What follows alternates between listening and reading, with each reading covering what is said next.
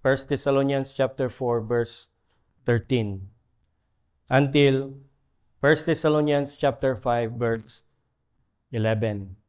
Mao kini ang pulong sa Ginoo. But we who do not want you to be uninformed, brothers, about those who are asleep, that you may not grieve as others do, who have no hope.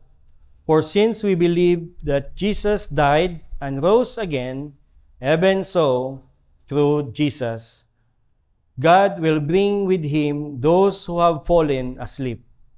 For this we declare to you by a word from the Lord, that we who are alive, who are left until the coming of the Lord, will not precede those who have fallen asleep. For the Lord himself will descend from heaven with a cry of command, with the voice of an archangel, and with the sound of the trumpet of God. And the dead in Christ will rise first. Then we who are alive, who are left, will be caught up together with them in the clouds to meet the Lord in the air. And so we will always be with the Lord. Therefore, encourage one another with these words. Chapter 5. Now concerning the times and the seasons, brothers, you have no need to have anything written to you. For you yourselves are fully aware that the day of the Lord will come like a thief in the night. While people are saying, there is peace and security, then sudden destruction come upon them, as labor pains come upon a pregnant woman, and they will not escape. But you are not in darkness, brothers, for that day to surprise you like a thief. For you are all children of light, children of the day. We are not of the night or of darkness. So then let us not sleep as others do, but let us keep awake and be sober.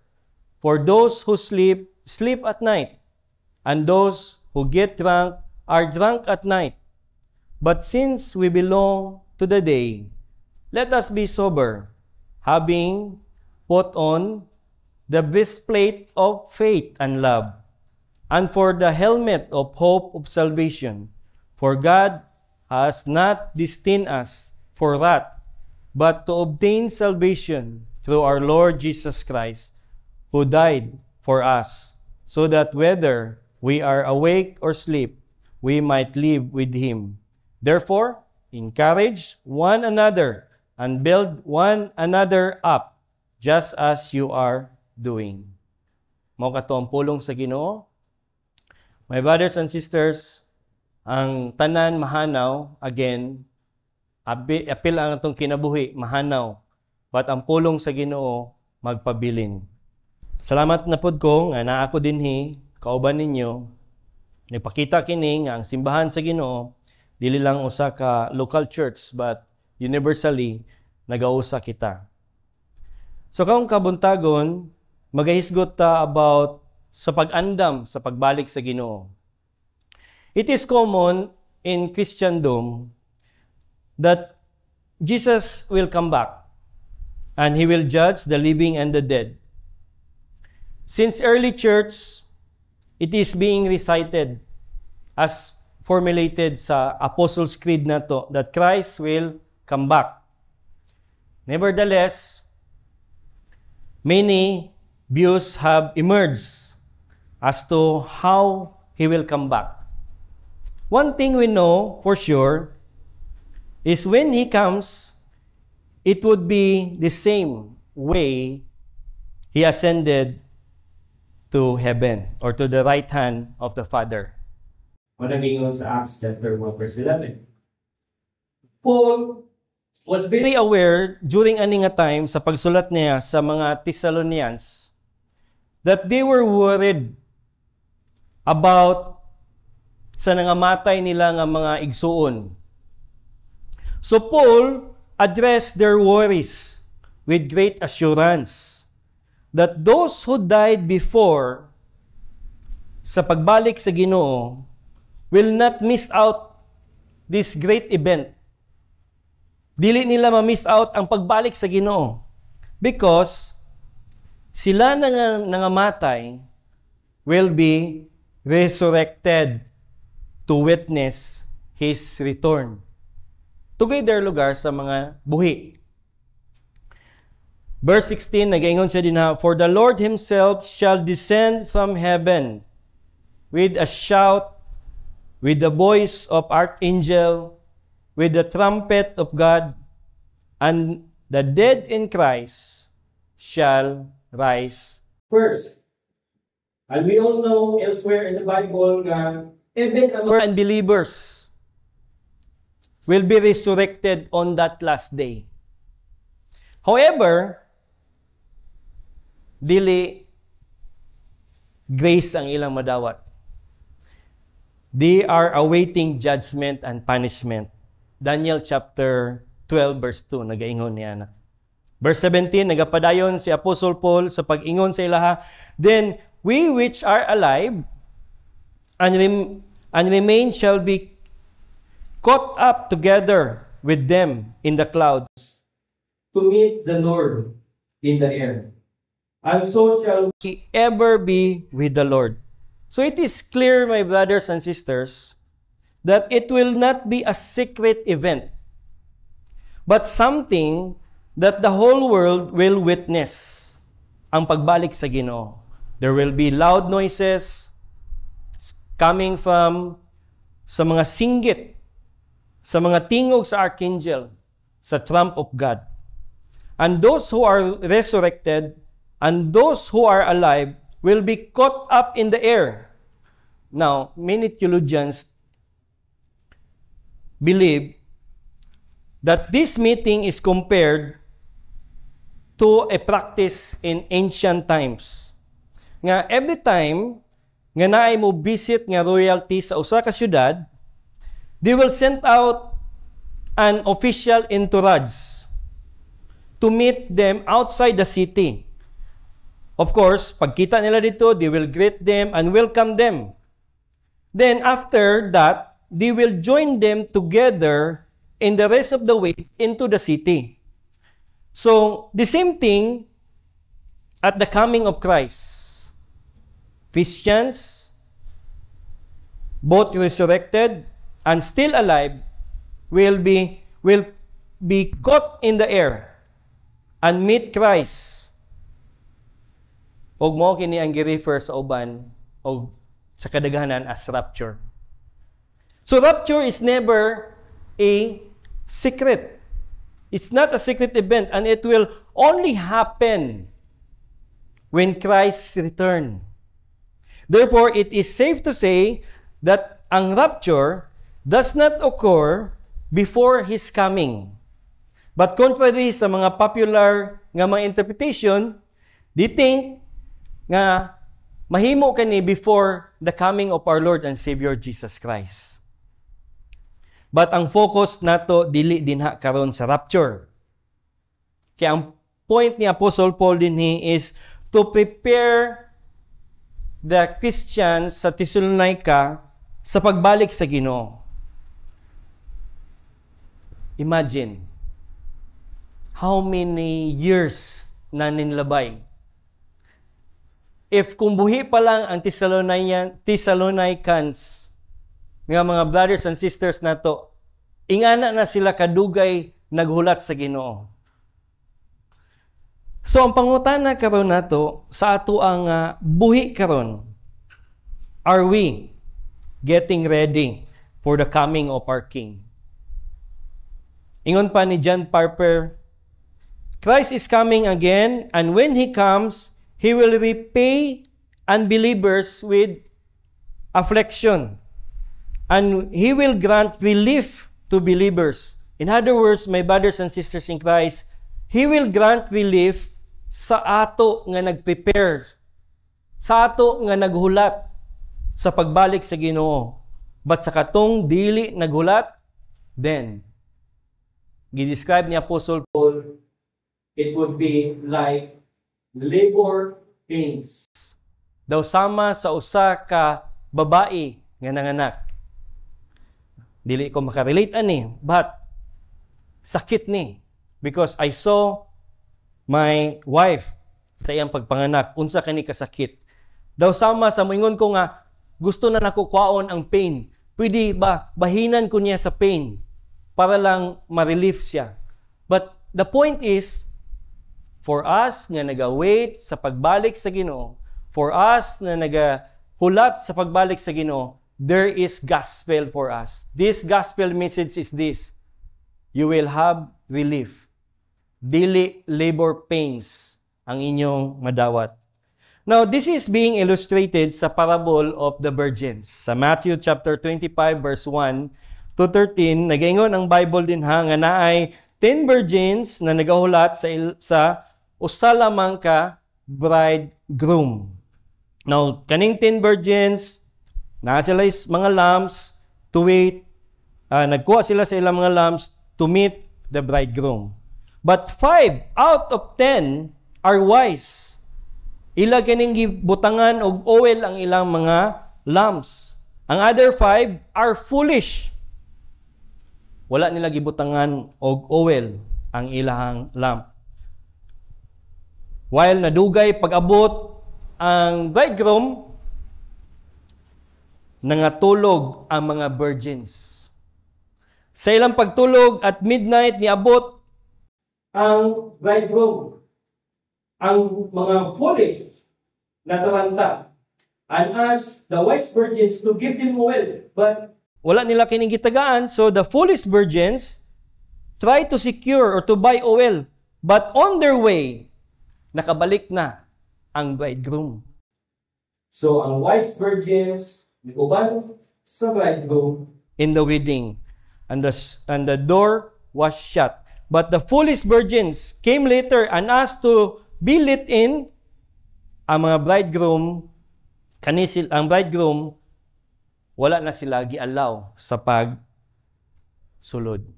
So my brothers and sisters in Christ, ang pag-prepare, importante alang sa mga katawan sa Ginoo.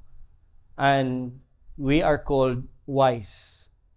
We are these wise virgins. If we prepared, nagbutang tag oil sa atong mga lamps.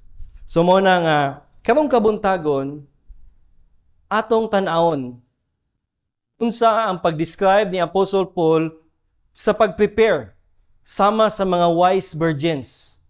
I-elaborate ni Apostle Paul dinhi sa iyang sulat nga nagaingon siya din ha nga inganion nato sa pag-prepare while waiting sa ato ang Ginoo nga si Jesus Christ. Balik na to, open ang atong mga Bibles. Sa 1 Thessalonians chapter 4, nagaingon siya din sa verse 18, therefore, encourage one another with these words. Again, giusab na niya. Verse 11, chapter 5. Naingon na po siya, therefore, encourage one another. So, 2 times gisulti ni Apostle Paul while talking about sa pagbalik sa Ginoo that dapat nila i-encourage ang matag usa-usa. Now, usa kani ka word nga gigamit sa uban nga translation as comfort one another. But ang point din ni is, ang word na idea nga gihatag ni Apostle Paul din ni is to encourage them to continue. That's why sa chapter 1, nagaingon siya din nga, they were like examples sa ilang faith, sa ilang pagtuo, knowing that gamay lang kayo nga time si Apostle Paul together with Timothy, with Silvanus dito sa Thessalonica. Ug ang ilang pag-exit was rather abrupt. But nevertheless, they were happy kay pagbalik ni Timothy sa paghatag niya og report dito kang Apostle Paul, while nawala na sila didto, nag-grow sila sa ilahang pagtuo. ni-grow ang mga Thessalonians, mga Thessalonians, nag-grow sila sa ilahang faith. Mao na nga, ang word na gigamit ni Apostle Paul is rather in a positive way. Nga ningon siya nga, encourage one another, comfort one another, knowing na dili man sila mga dautan nga mga Kristohanon. They had been there faithfully. But, nag-ingon si Apostle Paul sa chapter 3 and 4, nga gi-exhort, gipadayon sila sa paghatag, sa pag-exhort sa ilaha, sa pag-amuma sa ila, like a father. O ningon pa ganin sa Apostle Paul, like a mother, we continue to nourish you, knowing ang lugar sa Thessalonica is a hub of pagan nga pagsimba. O usa niya na is ang ilang gi-practice ang pag-worship sa ilahang emperor. But nevertheless, ang pulong nagihatag ni Apostle Paul na si Jesus Christ mao ang hari and will come to save them and had been there for them nga nag-offer man gani sa iyang kaugalingon para maluwas sila sa eternal hell of fire. So mo na nga ang gigamit ni Apostle Paul, encourage one another. Ang kaning language sa during ani nga time, it is like sa usa ka person nga ga-counsel og usa ka tawo.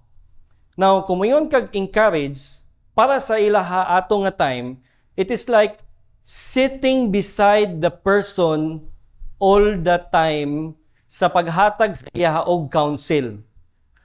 So imagine, ang gi-urge ni Apostle Paul na pagabuhaton sa mga Christian while waiting sa coming sa Ginoo, ningon siya, encourage them with these words. With the words nga mubalik ang atong hari. Nga ang atong hari nga gialagaran, he is the true king, powerful than the emperor. Sana nga time. Og nakita na nila nga tinuod ka na because they heard many things, miracles, signs and wonders na gihimo sa Ginoo. Ug even nakita nila how Paul himself was converted from being rebellious, nahimo siyang servant sa Ginoo. So di know na tinuod gud ang gisulti ni Apostle Paul. Mo na nga that as if you encourage somebody, you will sit down together sa pag-exhort sa iya, sa pag-remind sa iya nga magpadayon sa pagpangalagad sa Ginoo. Mao kini ang word na gigamit ni Apostle Paul since sa sulat ni Beloved John, nagaingon siya sa chapter 17 nga ang Ginoo ningon si Jesus Christ, I will send you a comforter. The same word na gigamit ni Apostle Paul na encourage and comfort. Nga ang Holy Spirit will be the comforter. Nga magalingkod kaninyo kauban dinha until sa pagbalik sa atong Ginoo. So mo na nga, my brothers and sisters in Christ, collectively, gi-address ni Paul sa church ni.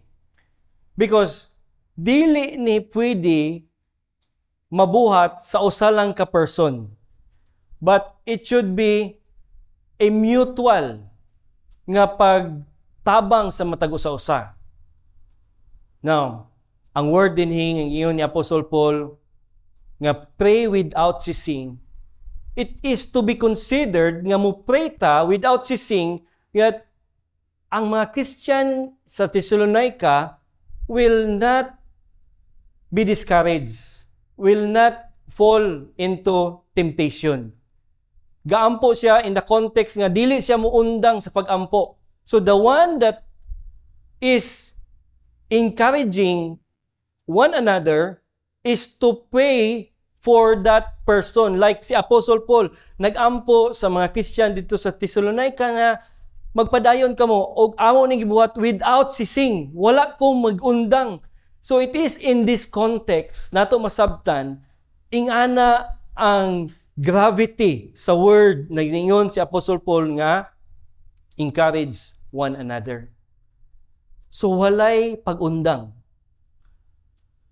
We know nga dili man na siya literal gyud, but it means that as much as you can, find ways nga mangita ka nga maka-comfort ka sa imong isig kaigsuon, knowing na ang kaning palibot nato sama sa mga Christian dito sa Thessalonica are exposed sa daghan kaayo nga mga temptation. Even ang author sa Hebrews na the same nga message. Ningon siya, why go back to the shadows? Nga na sa ato ang true, ang genuine copy nga si Jesus Christ, mao kini ang nagluwas kanato. Why go back? Unang ningon siya dito sa mga Christian, na mga Hudiyo, nga nakabalo sa gospel, ingon ang author sa Hebrews, hoping nga dili ta mapareho niini, nga nakadungog ka, but imo lang yapon gi biyaan. And you become dull. It is like you have this dull hearing. I-describe sa author sa Hebrews. So, ang point is this. Ang pag-continue sa pagpangalagad sa Ginoo is a good thing. Mao kana ang paglakaw nato as Christian dinhi. But usa ka buluhato nato is to encourage each one nga dili gayud moundang sa pagpangalagad sa Ginoo. Now kani may bal-an nato in our time karon, kani reality nga kita karon dinhi sa mustard seed. We know nga as a church, pasalamat ta nga ang means of grace sa Ginoo lihok dinhi sa tua, because Lord's Day after Lord's Day, there is these words nga nag-encourage sa tua. There is this regular nga pag-assemble nato, because this is the way we encourage one another. Kung mahimo pa gani adlaw-adlaw ni, that's why sa Acts, during the Pentecost, every day sila, ga-break of bread, ga-gather sa mga balay, from one household to another. Ila ka nang gibuhat, because knowing that this is the way that we can encourage each other nga magpadayon sa paglakaw sa pagsunod kang Jesus Christ. Now, if ever dili nato ni i-fulfill nga duty, then makita nato nga ang church dili gyud makapadayon. Ikaw pod nga Christian individually, dili pod ka makapadayon sa imong paglakaw. Knowing nga ang giingon sa Ginoo, buhata kini, because dili lamang ikaw ang matabangan ani, but the whole body. Og pasalamat ta because ang pulong sa Ginoo nagaingon, ang encourager, ang comforter nga gihatag sa Ginoo sa tuwa is ang Holy Spirit. Nga mag-uban sa tuwa hangtod sa kangturan while waiting for the coming of our King. Now, my brothers and sisters in Christ, usa sa gipakita ni Jesus Christ nga nindot kaayo is He is like us. Ingon ng Hebrews, He is like us. He is a high priest that knows our infirmities, yet without sin. But He is like us. He knows our infirmities. Christ knows our infirmities. That's why, sa pagtintal sa kang Jesus Christ dito sa wilderness, nakita nato nga iya kaning na overcome because of the Word of God. Ingon siya perminti sa yawa. Unsa man giingon sa Scripture. Unsa man ang giingon dinhi sa pulong sa Ginoo, gibalik niya dinha. Knowing ang makapaligon sa tuwa is the Word of God. O gidirect ni Jesus Christ. He is the Son of God. He knows unsa ang gisulti sa iyang amahan. But still, He points the devil sa Scripture. Knowing nga ang Scripture mao ang magpabilin para mag-encourage sa mga katawan sa Ginoo together with the Holy Spirit. O si Jesus Christ Himself was encouraged in that way. Gipakita niya nga inganion nako pagkuha sa kusog through the words of God nga makapadayon ko nga dili ko mo fall into temptation.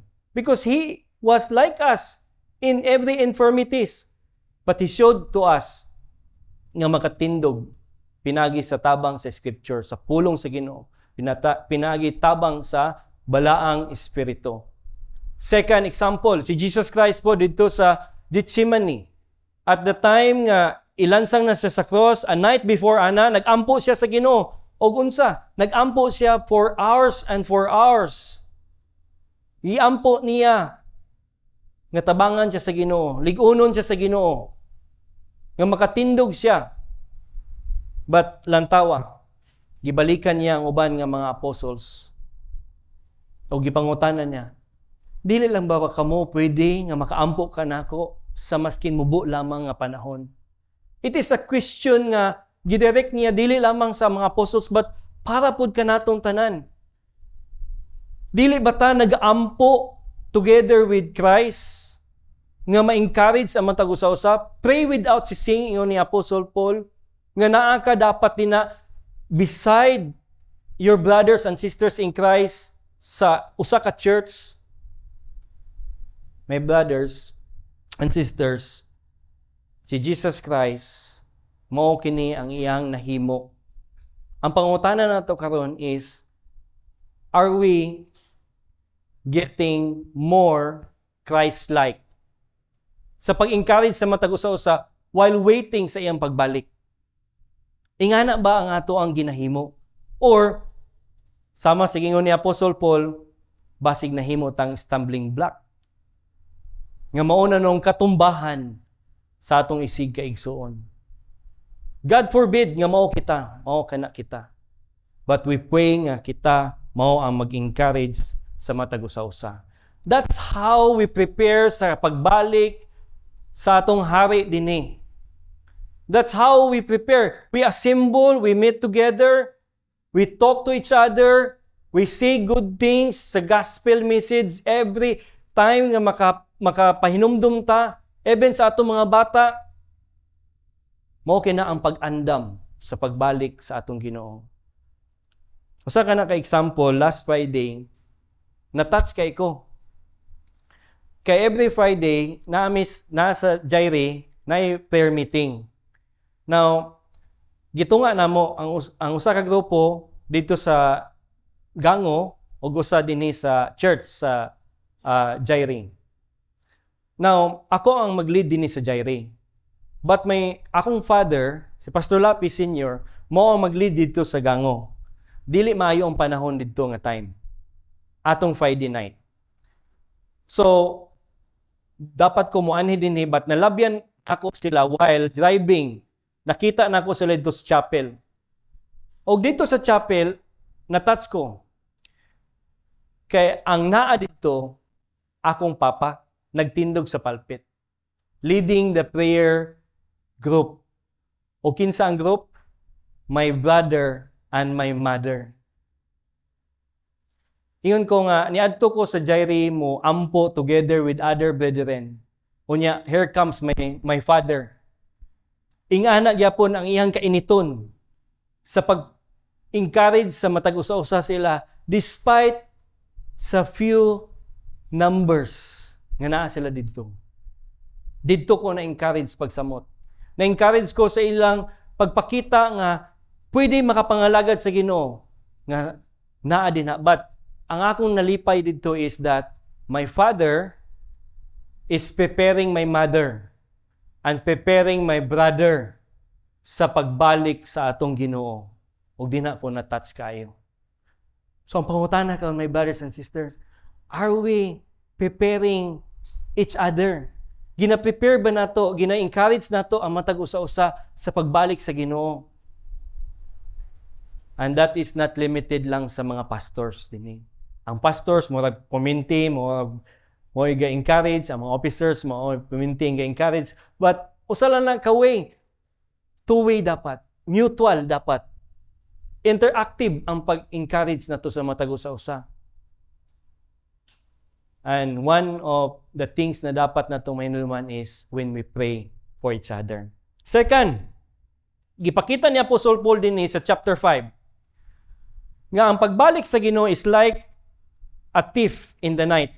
Nga kalit-kalit lang. Although may balota nga mobalik ang Ginoo, naanag yun ang Ginoo din ha, because we heard all these noises that is loud o very visible sa mga mata sa tao ang pagbalik sa Ginoo. But before ana, it's like a thief nga dili na to may balan na kana nga event mahitabo. So gi-illustrate ni Apostle Paul din ni nga ang pagbalik sa Ginoo daw sama sa kawatan nga dili gayud mananghid. And tanawa, gipakita niya nga ang pagpangawat it is in night time. Mangawat ang usa ka kawatan sa gabi. Usa ka illustration nga ikumpara nato sa panahon sa Thessalonica nga ngit-ngit gyud ang kalibutan.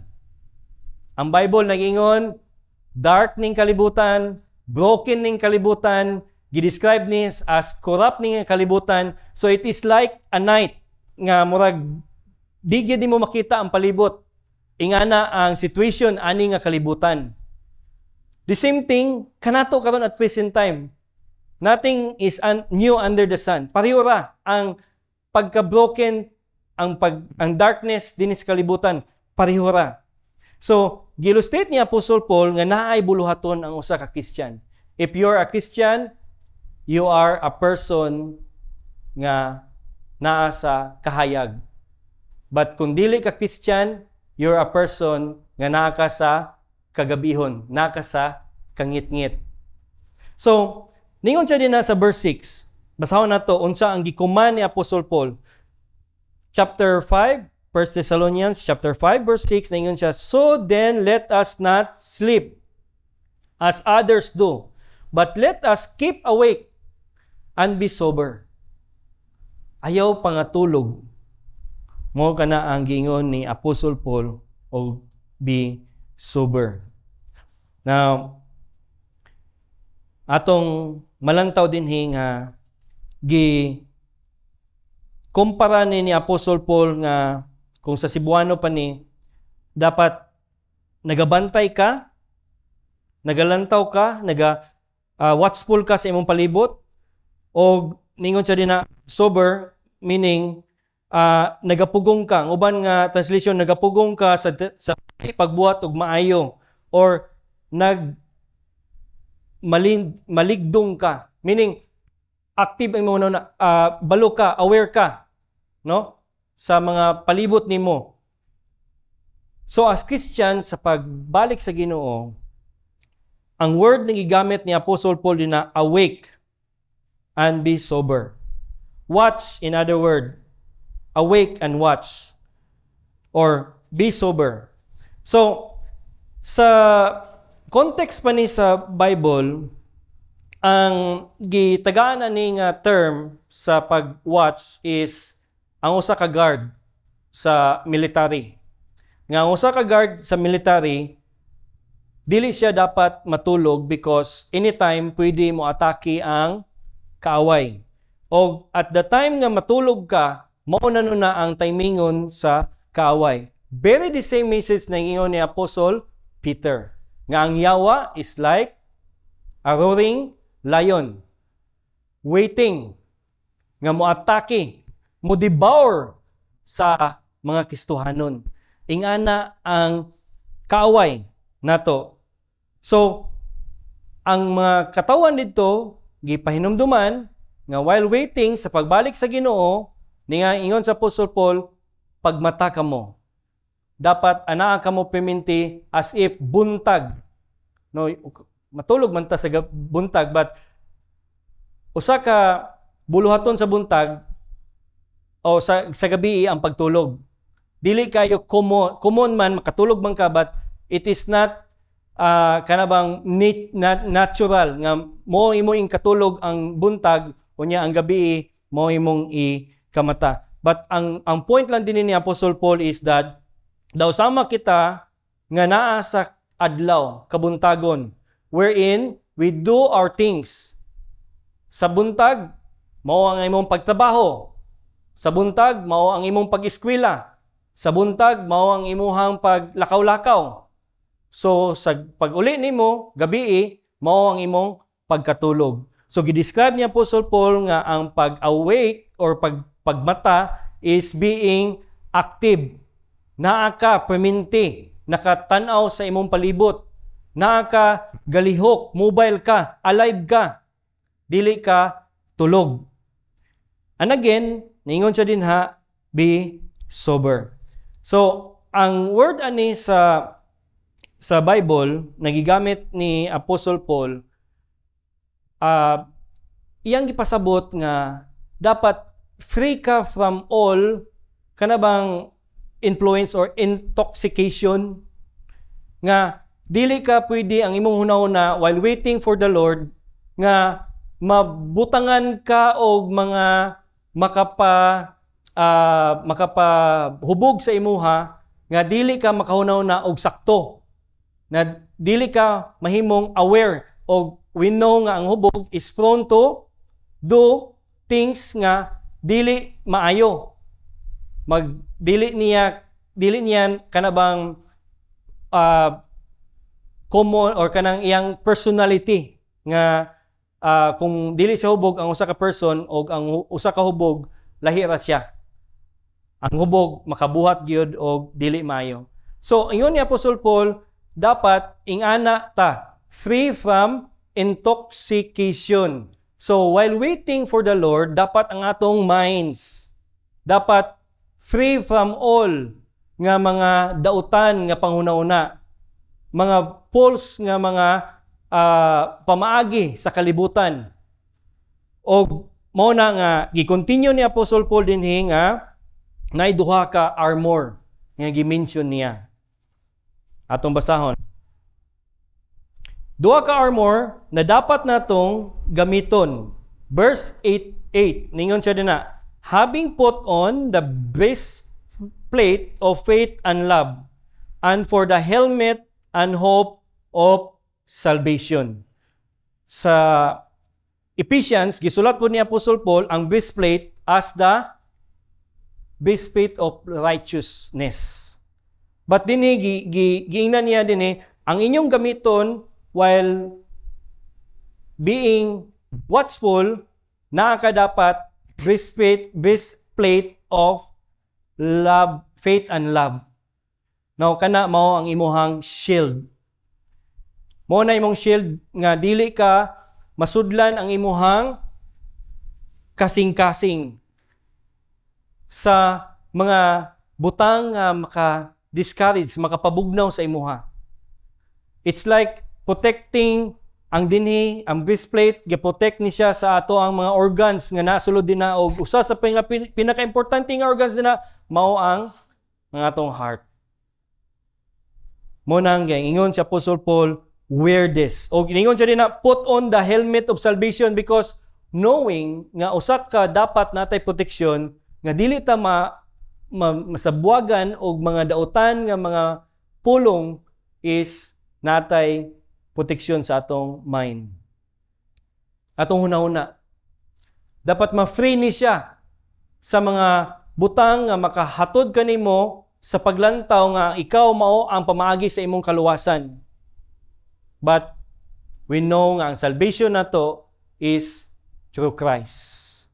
Mo na ningon siya, put on the helmet of salvation. There's only one way to heaven. Og naalang dalan nga mao si Jesus Christ. I am the way, the truth, and the life. Dili ta makaadto dito sa langit. In other words, wala tay salvation kung wala ang gibuhat ni Jesus Christ sa pagluwas sa tuwa dinha sa cross. Ug even karon, iya kanang gitrabaho. Ga-intercede siya. He's the only mediator. So mao na nga dili ta makaampo sa Ginoo, dili ni kaning atong pagdaig sa Ginoo, dili ni mo abot. Wala tay makita nga kaluwasan apart from Christ. In other words, dili nato ni makita sa mga palibot nato. That's why we should put on the helmet of salvation nga ang atong minds maproteksyonan, and it can only be protected kung maghunahuna ta nga ang atong salvation is in Christ. Now, my brothers and sisters, si Jesus Christ, while nasa din sa kalibutan, again, ningon ang author sa Hebrews, He is like us. He knows our infirmities. Balo siya.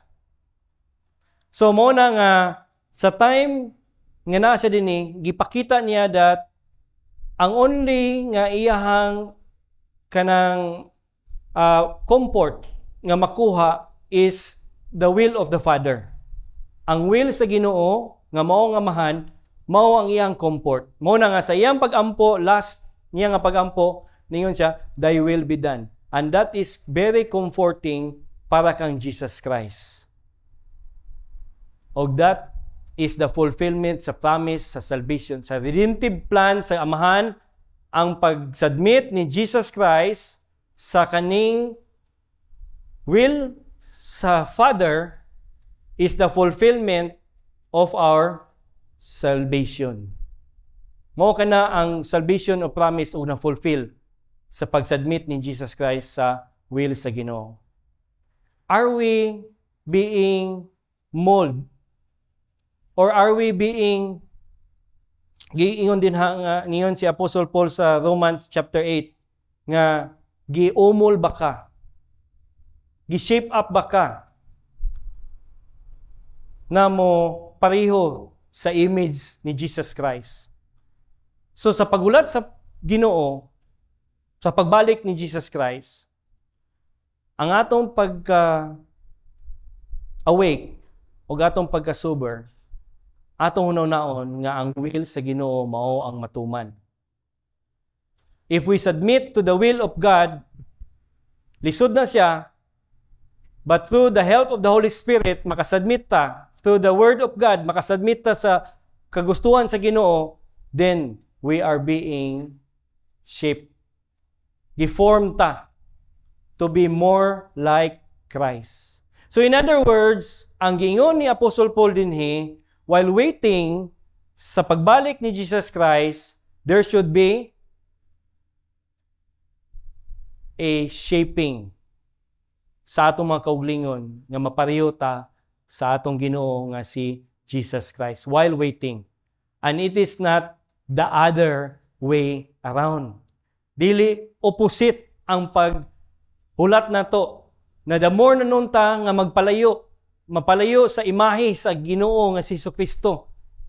But it is also comforting sa ato karon nga while waiting kung gaanam ka og ka pareho sa image sa atong Ginoo nga si Jesus Christ, then you are in the right track. But we should always pray to one another without ceasing, nga dili ta mahulog.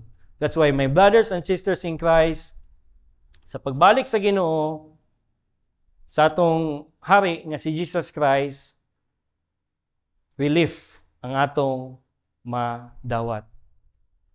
When we see to ourselves nga nag-prepare ta. So, ang pangutana karon, naga-andam ba ta? Are we preparing sa pagbalik sa atong Ginoo? Amen.